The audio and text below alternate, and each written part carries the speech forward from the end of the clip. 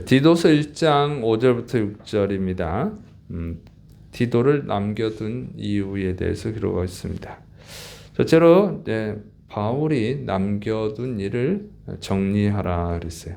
디도서 1장 5절 내가 너를 그레데에 남겨둔 이유는 남은 일을 정리하고 내가 명한 대로 각 성의 장로들을 세우게 하려 함이니. 자, 바울이 디모데를 남겨둔 이유는 첫째로 이제 남은 일을 정리하라 그랬어요. 그 남은 일이 뭐냐면 그레데 교회의 문제를 해결하는 일입니다. 그레데 교회의 문제는 그 교회 안에 들어온 유대 율법주의자들, 그리고 영지주의 이단들, 그리고 이 타락한 자들, 윤리적으로 타락한 자들, 예수님을 믿는다고 하면서도 타락한 자들 있죠. 이런 자들로 인해서 교회가 변질이 되고 진리 안에 서지를 못하고 또 여러 가지 문제가 발생을 해서 교회는 겉은 교회지만 속은 썩어 들어가는 잘못된 일들이 발생했기 때문에 그렇습니다. 그러니까 교회라고 해서 다 진리에 서 있는 것은 아니죠. 그래서 거기 교회가 진리에서 벗어나면 그럼 이단이 되는 거예요. 그리고 세속 종교가 되는 것이죠. 그래서 그 문제를 해결하라고 남겨뒀다 하는 것이죠. 그래서 우리가 항상 생각해야 되는 것은 교회는, 지상 교회는 완전한 것이 아니다 하는 거예요. 그래서 사람들은 교회에 대해서 어떤 잘못된 환상을 갖고 있어요. 교회 안에도 귀신이 들어오나요? 이런 얘기를 하는 분들도 있어요. 교회 안에는 안전하지 않나요? 그러나 예수님의 제자 가룟 유다가 있죠. 가룟 유다는 사탄이 들려서 예수님을 팔아먹었잖아요. 예수님 바로 앞에 있는데도 귀신이 들려 있단 말이에요. 그래서 교회는 완전한 것이 아니에요. 예수님께서는 밭의 비유를 말씀하시죠. 밭에 보면은 곡식이 있는데 원수가 사탄이 가라지를 갖다 뿌려버리는, 그래서 이 밭에서, 한 밭에서 곡식과 가라지가 같이 자라는 그런 비유를 말씀하셨어요. 그래서 항상 교회는 완전한 것이 아니다 하는 것을 여러분이 명심하고 있어야 돼요. 교회는 하나님의 백성과 사탄의 종들이 같이 섞여 있는 것이죠. 그리고 교회라고 하는 것은 죄인들을 구원하는 곳이잖아요. 그래서 죄인들을 불러 모아요. 불러 모으기 때문에 죄인들이 섞여 있으니까 항상 문제가 생기죠. 그리고 거기서 이제 곡식이 되는 것도 있고 그냥 쭉저기가 되는 것도 있고 이렇게 다른 것입니다. 자, 그래서 항상 우리가 경계해야 된다. 긴장하고 있어야 된다는 거예요. 순식간에. 잡초들은 또 순식간에 퍼져요. 그래서 잡초는 금방 자랍니다. 그래서 이단, 사이비, 사기꾼, 세속주의자들, 그 변질된 자들이 언제든지 들어오고 확산될 수 있다고 하는 거예요. 그래서 교회가 긴장하고 경계하고 그러지 않으면 순식간에 무너질 수 있는 것입니다. 그래서 여러분이 주위에서 봤을 거예요. 교회가 어느 순간 무너진단 말이에요. 사라지고.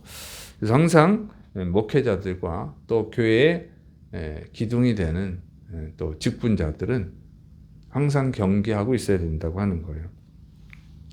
자, 그리고 문제가 생기면 빨리 해결해야 된다.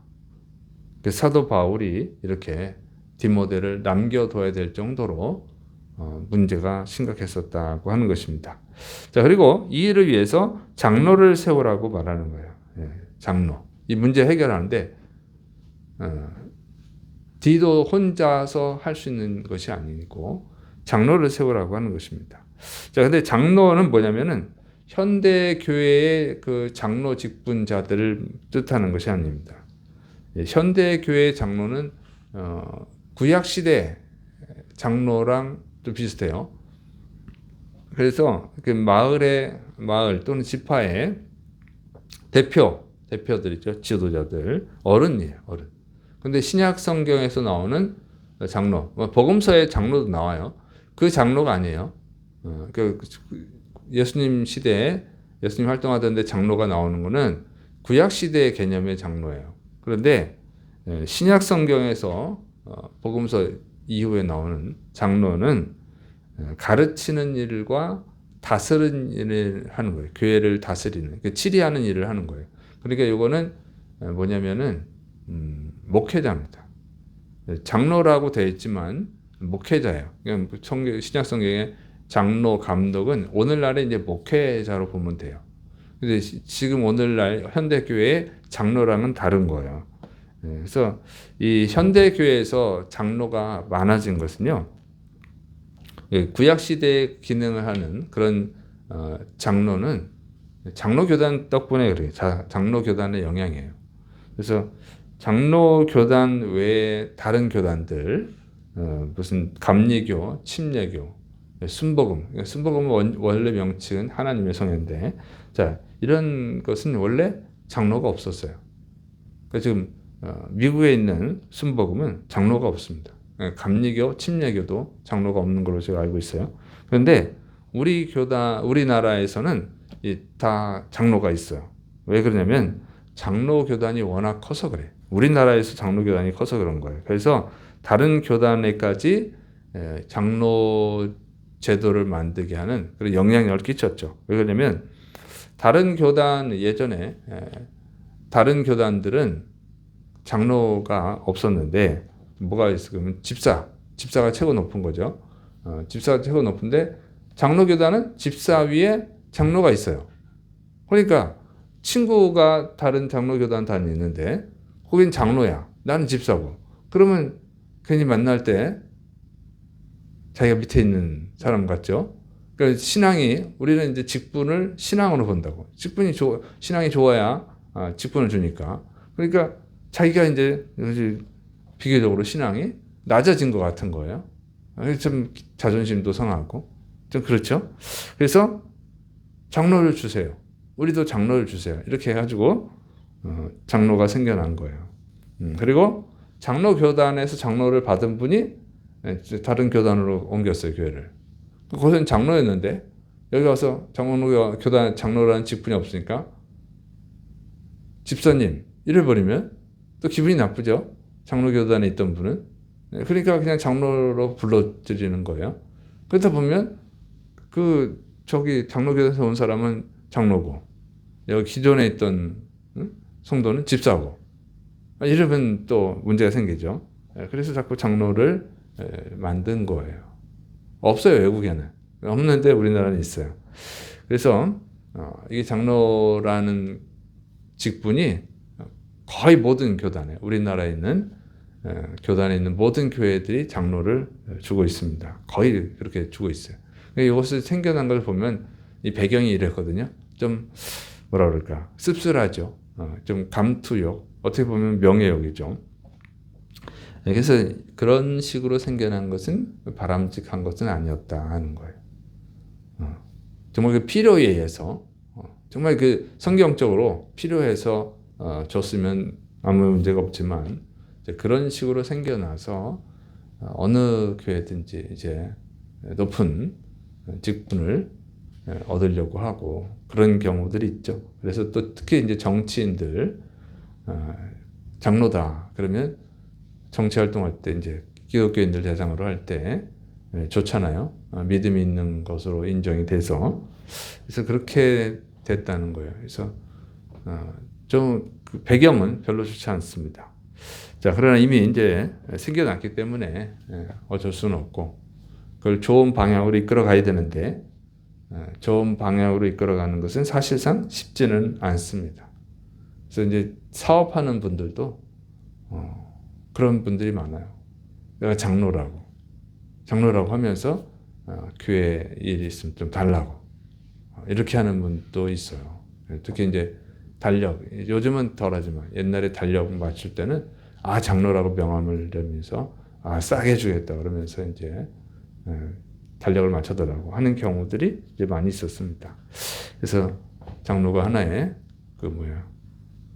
이 영업하는데 필요한 직책이 되어버렸어요.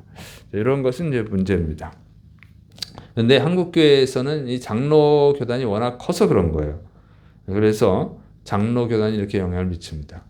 직분도 그렇고 교회 제도 그러니까 그다음에 예정론, 교리도 그렇죠. 이게 워낙 장로 교단이 커다 보니까 이게 기준이 돼서 그런데 사실은 세계적으로 보면은 그렇지 않아요. 우리나라에서만 장로교가 크지 다른 나라는 그렇게 크지 않습니다. 미국만 해도 침례교, 감리교가 크고 그다음에 순복음, 하나님의 성회가 크죠. 장로교는 조그마요.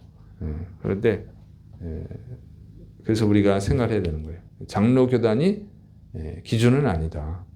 성경적 기준은 아니죠. 너무 큰 의미를 둘 필요는 없어요. 칼빈도 예정론도 장로교 우리나라에서만 큰 거지 다른 교단은 그러니까 웨슬레안, 알미니안주의가 더 큽니다. 교단이 다 그쪽이니까. 자, 그래서 이런 것은 완전한 것이 아니고 성경의 본질도 아니에요. 그래서 참고해서 좋은 것을 이제 배우고 하고 그렇게 하는 게 좋지. 이게다, 이게 진리다. 이거는 별로 좋지 않아요. 진리는 성경이죠. 자, 그리고 이제 장로의 자격에 대해서 얘기하고 있어요. 이건 이제 목회자의 자격이에요. 그러나 이제 평신도에게도 장로라고 하는 직분을 주고 있으니까 그것을 참고해서 같이 자격을 이렇게 비슷하게 하는 게 좋죠. 자, 디도서 1장 6절 책망할 것이 없고 한 아내의 남편이며 방탕하다는 비난을 받거나 불순종한 일이 없는 믿는 자녀를 둔 자라야 할지라. 자, 그래서 성경적으로 책망할 것이 없어요. 책망할 것이 없다는 건 성경적으로요. 성경적으로 책망할 것이 없어야 된다 하는 거예요. 두 번째는 한 아내의 남편이어야 한다 그런 거죠. 그래서 예전에는 결혼하지 않으면 또 이 직분을 주지 않는 경우도 있어요. 그런데 요즘은 또 주는 경우도 있고 그래요. 그다음에 이제 방탕하지 않아야 된다. 방탕하다는 건 좀 추상적이죠.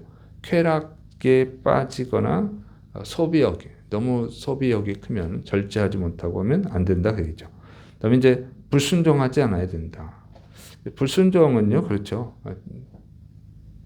불순종하는 사람이 다른 사람한테 순종을 요구하면은 덕이 안 되잖아요. 순종을 잘하는 자가 돼야 되죠. 직분자들은. 그다음에 믿는 자녀를 두어야 된다. 그래서 이거는 좀 엄격했던 것 같아요. 카르타고 종교회의에서는 장로와 집사는 가족 전체가 믿는 자여야 된다. 그랬어요. 믿지 않으면 주지를 않았던 적이 있습니다. 그래서 이런 점들을 잘 배워서 현대교회에 맞게 하면 안 되고 현대교회를 성경에 맞춰서 잘 바로 세워가야 된다고 하는 것입니다. 요즘은 너무 기준이 없어요. 너무 기준이. 그러다 보니까 교회가 자꾸 세속화되는 거예요. 너무 형식에 치우치면 안 되지만 형식을 무시해서도 안 되는 거예요. 그래서 형식이라고 하는 것은 진리를 담고 있는 거니까.